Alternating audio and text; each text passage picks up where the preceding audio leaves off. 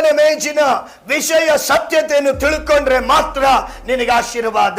ಇದಕ್ಕೆ ಒಂದು ಪರಿಶುದ್ಧ ನಿಯಮವಿದೆ. ಇದರಲ್ಲಿ ಭಾಗವಹಿಸುವ ಪ್ರತಿಯೊಬ್ಬ ವಿಶ್ವಾಸಿಯು ಇದ್ರ ಬಗ್ಗೆ ತಿಳ್ಕೋಬೇಕು. ಇದನ್ನು ತಿಳ್ಕೊಂಡ್ರೆ ಮಾತ್ರ ನಿಮಗೆ ಆಶೀರ್ವಾದ. ಕರ್ತನ ಮೇಜಿನ ಆ ಒಂದು ಸತ್ಯವನ್ನು, ಆ ಒಂದು ಪರಿಶುದ್ಧತೆಯನ್ನು ನೀ ತಿಳಿದುಕೊಳ್ಳದೆ ಕರ್ತನ ಮೇಜಿನಲ್ಲಿ ನೀ ಪಾಲುಗೊಳ್ಳುವುದಾದರೆ ಅದು ನಿನಗೆ ನಾಶನ.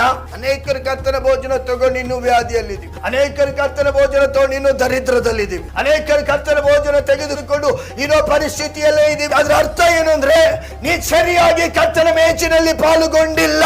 ಕರ್ತನ ಮೇಜಿನಲ್ಲಿ ಪಾಲುಗೊಳ್ಳುವ ಪ್ರತಿಯೊಬ್ಬನು ಕ್ರಿಸ್ತನ ಶರೀರವಾಗಿರುವಂತ ಈ ರೊಟ್ಟಿಯನ್ನು, ಯೇಸುವಿನ ರಕ್ತಕ್ಕೆ ಹೋಲಿಕೆ ಆಗಿರುವಂತೆ ದ್ರಾಕ್ಷಾರಸವನ್ನು ಸೇವಿಸಿಕೊಳ್ಳುವವನು ಅವನು ನಿತ್ಯ ಜೀವವನ್ನು, ದೇವರ ಪರಲೋಕ ಆಶೀರ್ವಾದವನ್ನು ಹೊಂದಿಕೊಳ್ಳುತ್ತಾನೆ.